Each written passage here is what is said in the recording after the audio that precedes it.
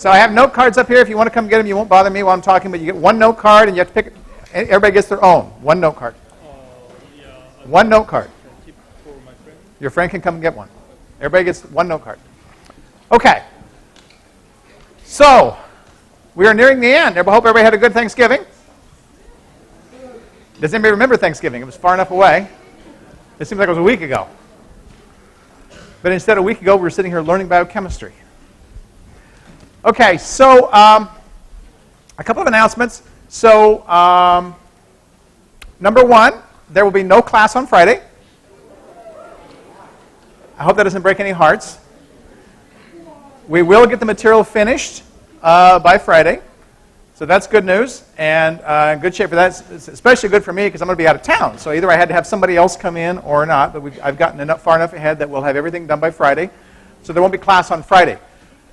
I will be out of town for a few days, okay? So if you want to get note cards, you need to get them from me by Wednesday, okay?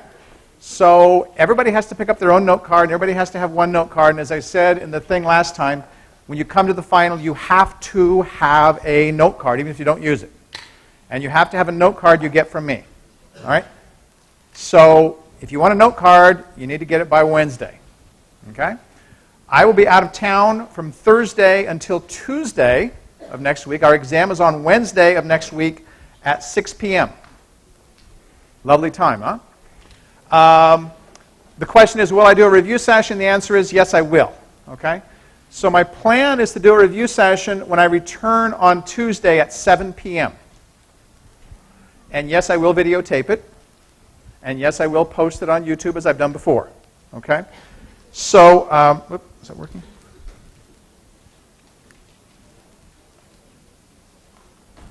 My pointer's died. That's groovy. Okay. So that'll be at 7 p.m. on Tuesday in ALS 4001. Okay. So question about regrades of exams. When should you turn those in? I'd say get them in. Okay. So get them in.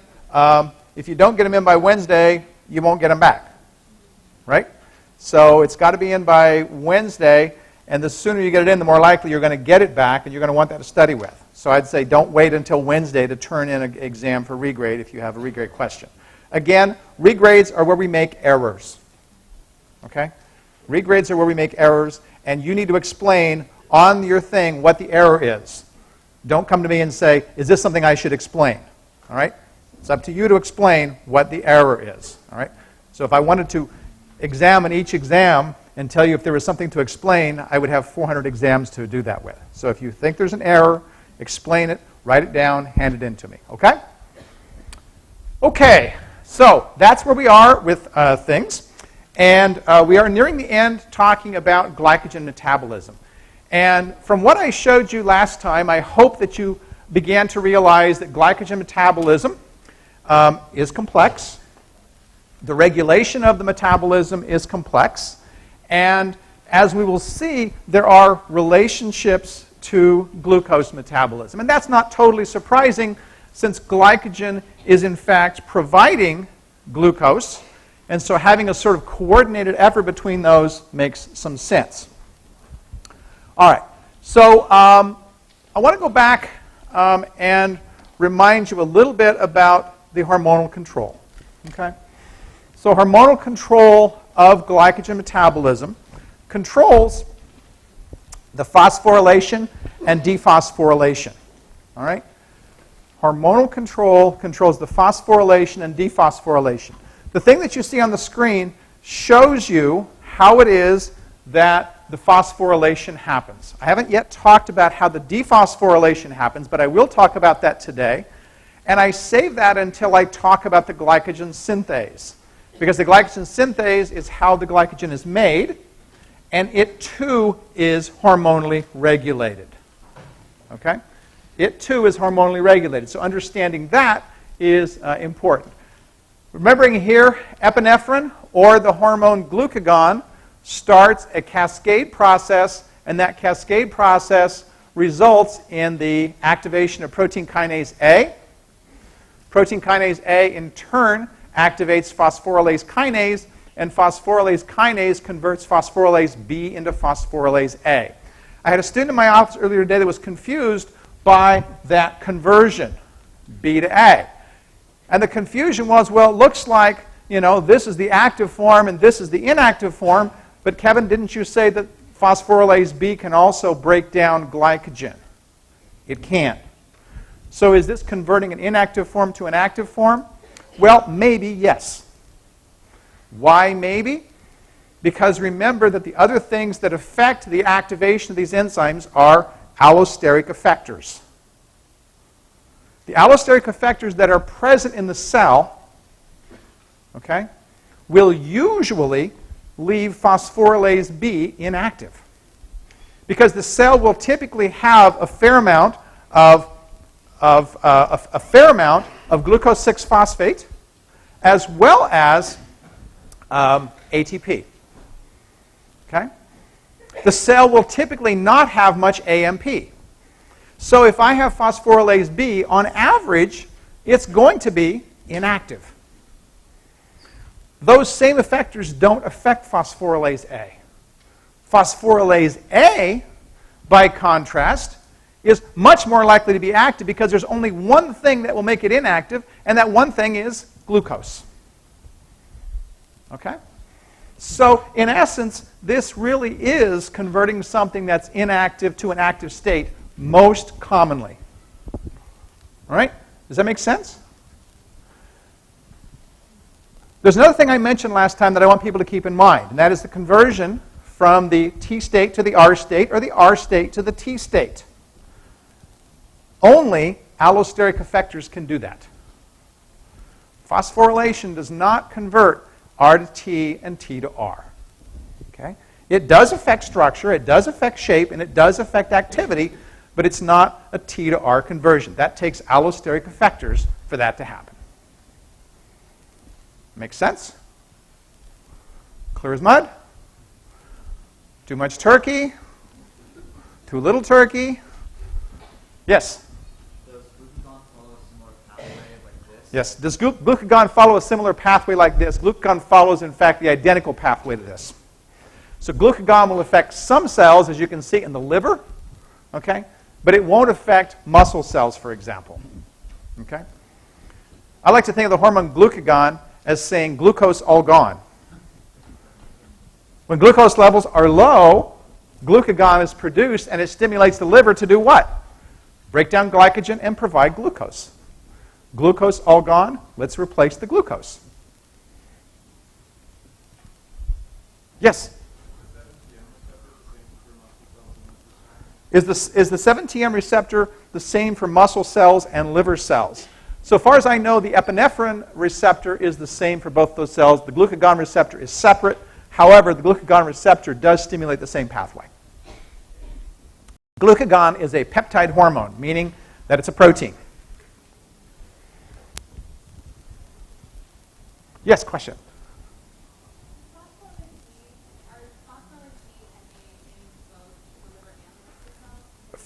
Yes.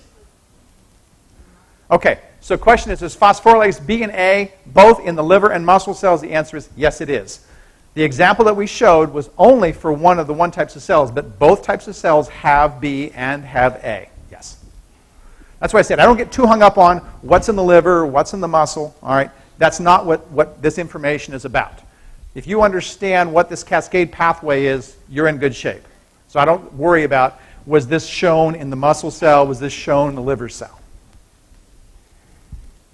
Okay, good questions. Other questions? All right, so that's what's up with that hormonal regulation that's going on in glycogen metabolism. Now we're going to see that hormonal regulation not only affects the breakdown of glycogen, but it also affects the synthesis of glycogen. So in order for us to understand things, we have to now think in the big picture about what is the synthesis of glycogen all about. And like we saw with the breakdown of glycogen, I told you breakdown of glycogen was the simplest metabolic pathway you were ever going to learn. The synthesis, the breakdown pathway was that. The synthesis pathway is probably the second easiest pathway you're ever going to learn. It only has one additional step. Okay? So let's think about that synthesis pathway. The synthesis pathway of glycogen starts not with glucose and not with glucose-1-phosphate, but rather it starts with this molecule called UDP-Glucose. UDP-Glucose. Where have you seen UDP-Glucose before? Galactose metabolism, exactly. Okay? And in galactose metabolism, we saw that glucose being swapped out for a galactose, right? Okay? The cell is using this molecule called UDP-Glucose for a very, very important reason. And the very important reason is, if you remember from what I showed you about breakdown of glycogen last time, I showed you that there was energy in those alpha-1,4 and alpha-1,6 bonds, right? We saw evidence of that energy because the breakdown of those bonds allowed a phosphate to be put on without ATP. So that means that there's energy that has to be put in to make those bonds. The bonds that have the highest energy are the alpha-1,4s. Okay? The alpha-1,4 bonds have the most energy, and that's what this enzyme that catalyzes the formation of glycogen makes. Glycogen Synthase is the name of the enzyme, S-Y-N-T-H-A-S-E. And it starts with an existing glycogen, and it adds this molecule, which transfers a glucose. There's the glucose right there. It transfers a glucose to a growing glycogen chain. So after this enzyme has taken this guy here and added the glucose, the glycogen has gotten one longer. It's making an alpha-1,4 bond. Now, I still haven't told you why I'm using this molecule. Why do I use this molecule? Well, it turns out that this molecule has in it a high-energy bond. That high-energy bond is right there. And that's the very bond that's broken to put the glucose onto the growing glycogen chain.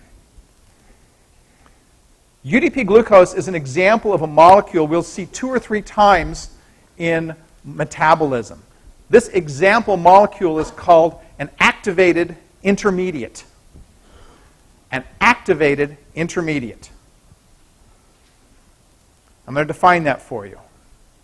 An activated intermediate is a molecule with a high energy bond that uses the energy of that bond to transfer a part of itself to something else. I'll repeat that. All right? An activated intermediate is a molecule that has a high energy bond that uses the energy of that bond to transfer a part of itself to something else. In this case, the something else is glycogen.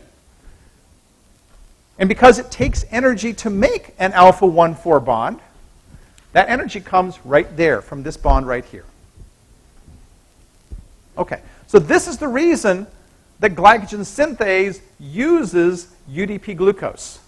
It doesn't use ATP. And it can't use just glucose-1-phosphate. There's not enough energy in a glucose-1-phosphate bond to make that happen. Yes, sir? I think I'm a little confused. Do you use 1 UDP-glucose per alpha-1,4 bond? Okay, his question is, do you use 1 UDP-glucose per alpha-1,4 bond? The answer is absolutely, because each one of those is a source of a glucose. So we need one of these for every single glucose we put onto a glycogen chain. Make sense? Well, the question is, how do we make this guy? All right? Well, this guy turns out to be made by an enzyme with a mouthful of a name, UDP-glucose pyrophosphorylase. You're going to like that one. All right? UDP-glucose pyrophosphorylase catalyzes the synthesis of UDP-glucose. Now, I let you guys name an enzyme on the last exam, and I think it might be appropriate if we gave UDP-glucose pyrophosphorylase a name that everybody can remember. The floor is open for nominations. Kevin? Okay. Name chosen. No, I'm joking. Other suggestions? Yes? So Doug? Okay. Oh, I hear some no's on that one. I don't know. Do people not like Doug? How many want Kevin? How many want Doug? I guess it's Kevin. All right. If you guys forget this name, I will never forgive you, right? So you picked the wrong name here, right? This is the wrong thing to do. All right, so Kevin catalyzes this reaction. Let's look at this reaction. Here's the starting material, glucose 1-phosphate. Let's say I'm a cell. How would I get glucose 1-phosphate? What would I have to do to make glucose 1-phosphate? Well, you could break down glycogen, but would that make any sense? Not really, because you'd break down glycogen to make something to make more glycogen. You would have what kind of a cycle? A futile cycle, right? That wouldn't make any sense. So what would be my other source of glucose 1-phosphate? How could I make glucose 1-phosphate in the cell? There's a really good exam question right there. You guys know the answer to this question. Starting stuff from glycolysis, such as? As what? Well, hexokinase isn't the answer, but you're close. Hexokinase makes what? Glucose 6-phosphate. So what is glucose 6-phosphate? Can we make glucose 1-phosphate out of glucose 6-phosphate? With what enzyme? Phosphoglucoisomerase, phosphoglucomutase, right? Phosphoglucomutase will allow me to make that. So if I have plenty of glucose sitting around the cell, glucose is a poison. I want to get rid of that glucose. I can break it down, or I can convert it into glycogen. Right? So I take glucose, I make glucose 6-phosphate, I make glucose 1-phosphate, and now I've got the starting material to make UDP-glucose. Now I told you we didn't use ATP to make glycogen, but in fact we're using UTP. UTP is necessary to make this high-energy intermediate. This high-energy intermediate is then used to make glycogen.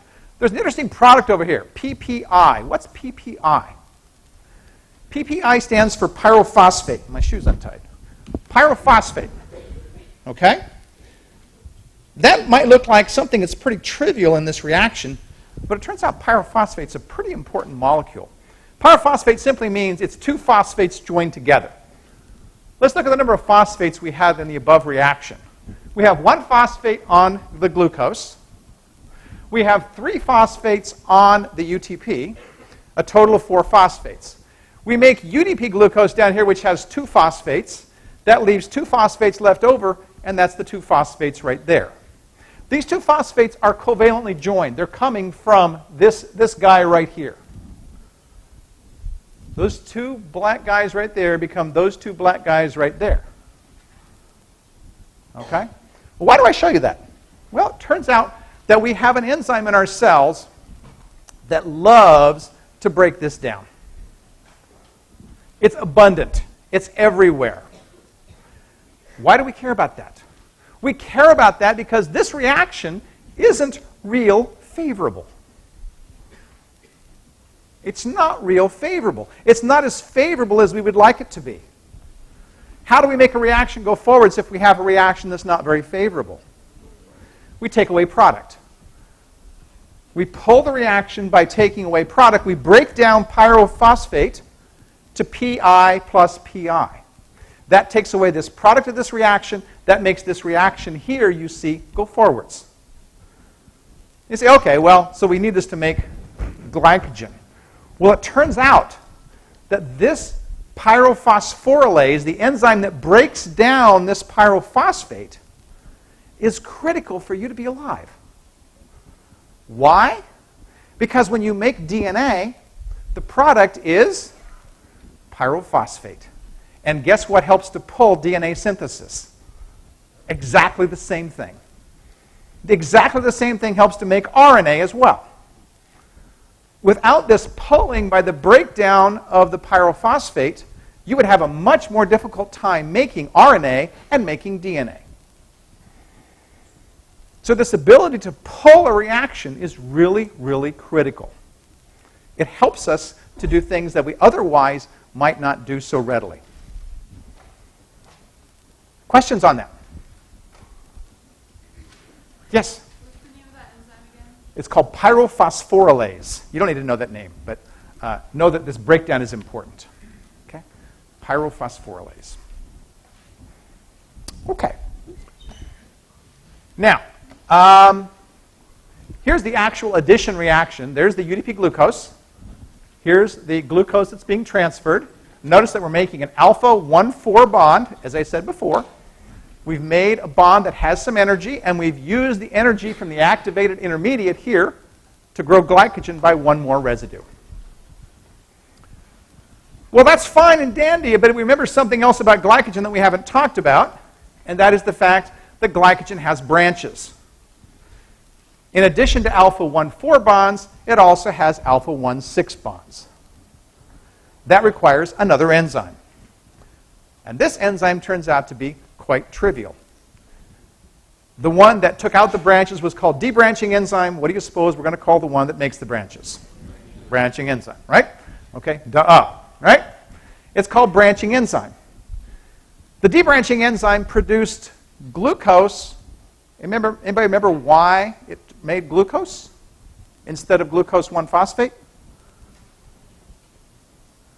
There wasn't enough energy in an alpha 1,6 bond to put the phosphate on.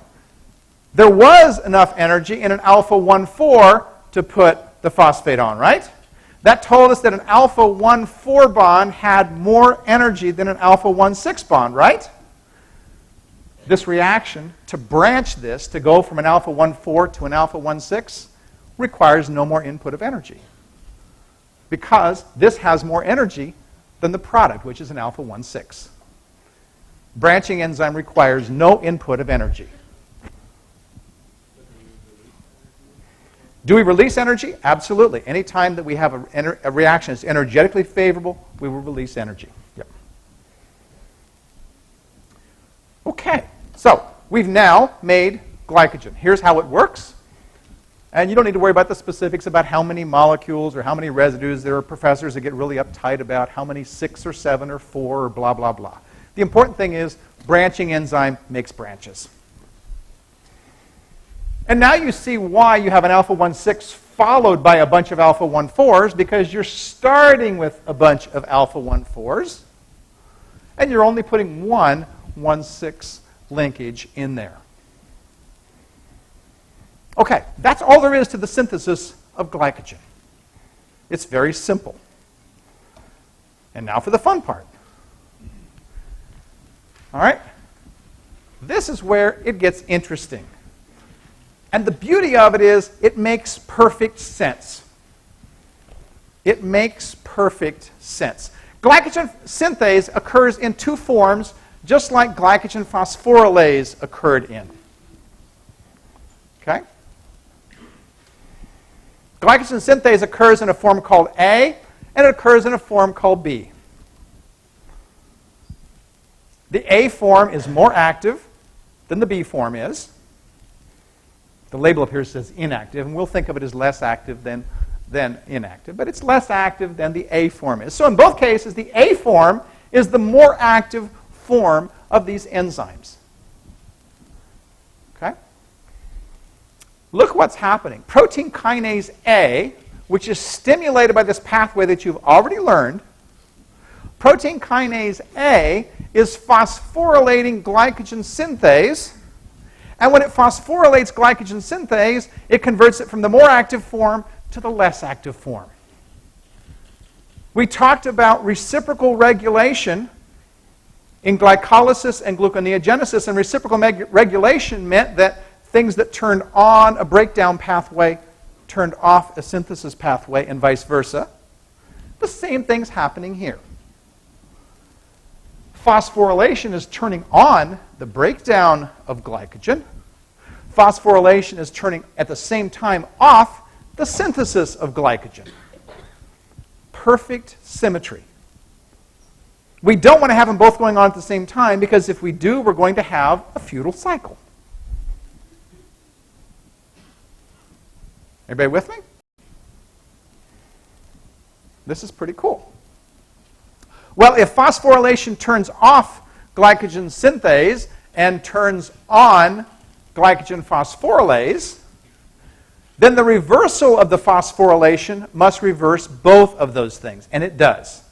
So if we dephosphorylate, if we take the phosphates off of the synthase and we take the phosphates off of the phosphorylase, we will activate the synthase, and we will convert the phosphorylase to a less active form. Okay? Well, what takes the phosphates off? What takes the phosphates off is a pathway that's stimulated by insulin. Insulin. Remember what insulin is doing in our body. Insulin is there to lower our blood glucose because glucose is a poison, and it's causing the cells to take up glycogen, take up glucose, and in taking up glucose, it's reducing the blood concentration of glucose. It's sparing our cells from that high concentration. Meanwhile, this poison has now been taken up by our cells. And our cells don't want poison sitting around. They've got to do something with it, so what do they do with it? Well, there are two things that they can do with glucose. They can break it down, and they can convert it into glycogen. And both of those are stimulated by insulin. Both of those are stimulated by insulin. Both of them cause the cell to take up glucose and to deal with it once it's gotten in.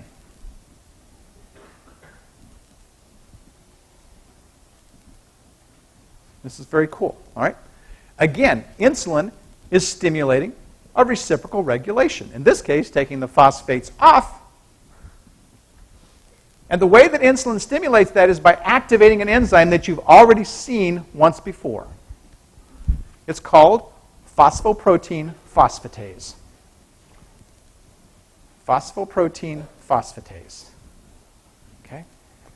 If you want to call it by an abbreviation, you can call it PP1. PP1. Phosphoprotein phosphatase is stimulated ultimately by insulin binding to a cell receptor.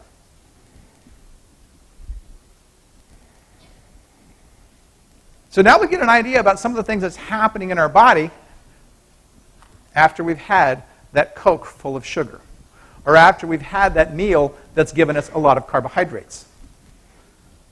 The carbohydrates are poison in our system. Our system adjusts to take those in and deal with them so that they don't cause other problems. If our blood glucose goes low, then glucagon or epinephrine are released to cause the liver to raise the glucose levels. So because of this, what happens is if things are working properly, our blood glucose levels remain in a relatively constant region. A relatively constant region. Students ask me, what do I think about low carbohydrate diets? Are low carbs good for you? What do you guys think? It's relative? To what? Okay, so the amount of carbs you take in is definitely a factor. That's right. Anybody else with thoughts on low-carb diets? Well, is that... Level of activity is also a critical factor, okay? Level of activity is a critical factor. There appears to be some evidence that low-carb diets do have some benefits to people. They do have some benefits to people, okay?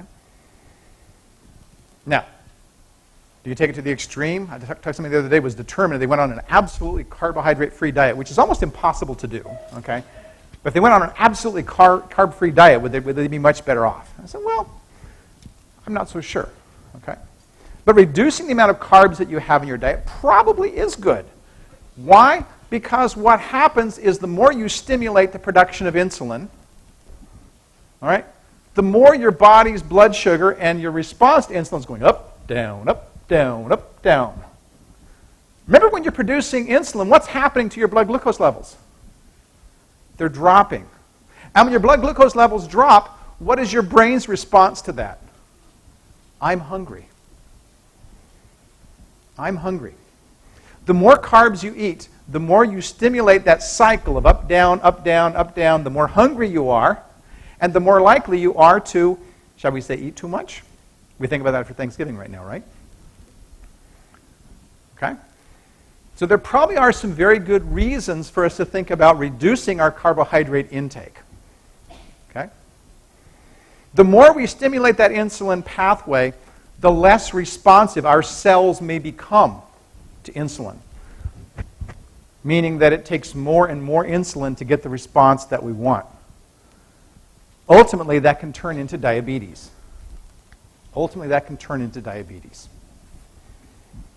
Okay. Questions about that? A lot of material there. Everybody's dazzled with it. Yes? Could overstimulating yourself with adrenaline have a similar effect? Could overstimulating yourself with adrenaline have a similar effect? Or any sort of effect on insulin sensitivity? Okay. So basically your question is, if I stimulate the breakdown of glycogen and the synthesis of glucose too much, will I basically cause the same phenomenon going on as if I drink a 64-ounce cup of Coke? Is that the question? More or less. Okay. I'm exaggerating, but that's sort of the question, right? Okay. Again, all I can do is speculate on that, and that's a common question people ask. Okay. If I start stimulating my body's glucose levels through other means, am I going to have an issue with that? In the first place, it would probably be hard for you to stimulate enough adrenaline for you to do this on a regular basis. Adrenaline tends to go up and it drops very quickly. And it's much more likely insulin's doing this for other reasons than adrenaline going up and then coming back down. For adrenaline to work, you really have to have a stimulus of frighten or something like that. So I don't think you would probably exist in a state of that for too long without other problems. Okay, that's one thing, all right? The other is, well, you've got glucagon. How about glucagon doing that? Well, remember, glucagon is only going to be produced when your blood glucose levels really drop low. And that's going to happen primarily when you're not eating. Okay? So for the most part, I would say the answer to your question is it's probably not a concern. Okay? Yes? You're referring to type 2 diabetes? So I'm referring to type 2 diabetes. There are two main types of diabetes. Type 1 diabetes involves the body's inability to produce insulin. Type 2 diabetes refers to the body's lack of response to insulin. Okay? So there may be a variety of reasons why one's body may stop producing insulin. Okay? It's not uncommon, especially among young people, to have a type 1 diabetes where they've had, say, damage of the cells that produce insulin in their pancreas, maybe an autoimmune response, other problems that arose, and their body is physically unable to produce insulin. That's a different kind of response than a type 2 diabetes, which is where the cells are no longer responding to insulin. The body's making insulin in type 2 diabetes. The cells just aren't responding properly. Okay. Other questions? Okay, hearing none. Let's think about this thing a little bit more. Okay. This figure I really dislike, to be honest with you. I need to find a better figure. I'm not very fond of this figure. All right. The only reason I have it in here is to show you what protein phosphatase or phosphoprotein phosphatase, same thing, both called PP1, do. All right. And it's simply showing that protein phosphatase or phosphoprotein phosphatase is dephosphorylating phosphorylase kinase. It's also dephosphorylating glycogen synthase, and it's also dephosphorylating glycogen phosphorylase. So PP1 is very valuable for taking those phosphates off. Remember I said that cells are control freaks. If they have a switch to turn on one pathway, they need to have a switch to turn off that same pathway, otherwise they're stuck. So phosphoprotein phosphatase, PP1, provides that off switch, or the on switch, depending upon how you want to look at it. Off for breakdown, on for synthesis. Okay? Okay. Oh boy. All right? Now, I'm going to show you this, and this is the last thing I'm going to show you today, so we'll actually finish a little bit early. I'm going to show you this, and I'm going to come back and revisit this on Wednesday. Okay? Because this is a little confusing. Okay? This is just a little bit confusing. What does it show us? It shows us that here is the activated protein kinase A. Okay? And it tells us that there is phosphoprotein phosphatase that is bound to a protein called GM.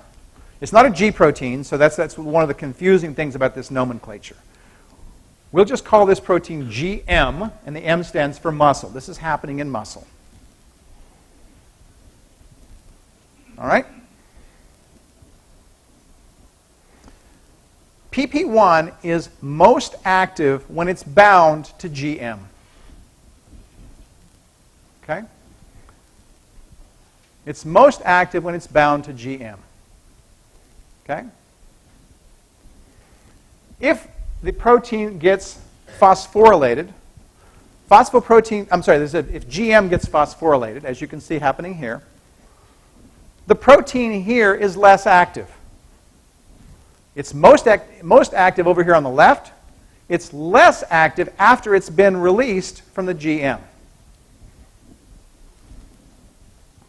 Look who's doing the phosphorylation. Our friend protein kinase A again. I told you protein kinase A went out and phosphorylated a lot of different proteins in the cell. You're seeing a bunch of them right now. When the cell is wanting to break down glycogen, it's wanting phosphates to be onto things, right? If we're putting phosphates onto things, we don't want PP1 to be active. So we phosphorylate the G to release the PP1. Further, there's an inhibitor, and to keep it simple, we're going to call it inhibitor. If you want to call it PI1, you can, but I find students confuse PI1 and PP1. So we'll just call it inhibitor. And no, we're not going to call it Kevin, okay? You should have saved that name for this, the inhibitor, right? All right, we're going to call it inhibitor, all right? The inhibitor binds to the PP1 when it gets phosphorylated. And guess what phosphorylates it? Protein kinase A. The phosphorylation state is turning on the breakdown enzymes, it's turning off the synthesis enzymes, and it's activating the enzymes that would remove the phosphates. It's beautiful. It's absolutely beautiful.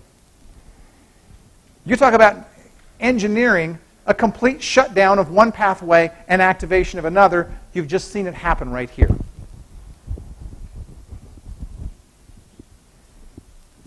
Questions about that? People are looking at the clock going, is he really going to let us out that early today? If somebody asks a question, then he's not going to let us out early? Yes? Does protein kinase A phosphorylate the inhibitor? Does protein kinase A phosphorylate the inhibitor? Absolutely. That's what it's showing here. So that's the inhibitor getting phosphorylated right here. Yeah. So protein kinase A is taking care of all these things at once. It's complex, but it's also simple. The complexity is, well, I've got to figure out what all gets phosphorylated, but all of the things that are getting phosphorylated are consistent with the breakdown of glycogen. If you keep that in mind, all of this becomes simple. Phosphorylation is going to be consistent with the breakdown of glycogen. That means the breakdown enzymes are going to be activated. The synthesis enzymes are going to be inactivated. The phosphoprotein phosphatase, which takes the phosphates off, is going to be inactivated. That results in the efficient and rapid breakdown of glycogen. Now, that's a lot to digest. That's why I'm not going on to the next phase, which tells you an even more interesting component of this, but I want you to have a chance to digest this. Okay? So I thought we would finish with a song. All right?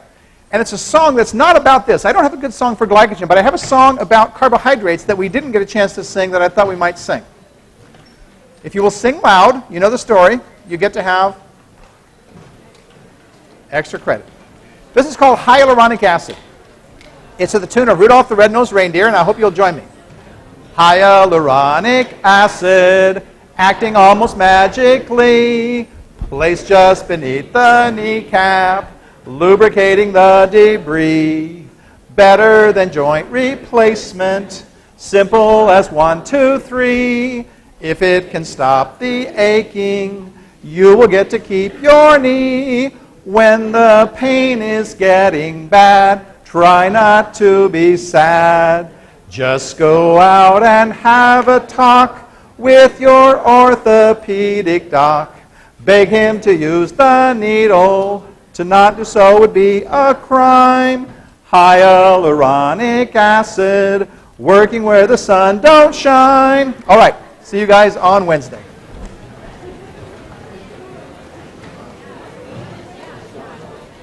Hi. Yep. You get one. Yep. If you didn't get a note card, come get a note card. How you doing?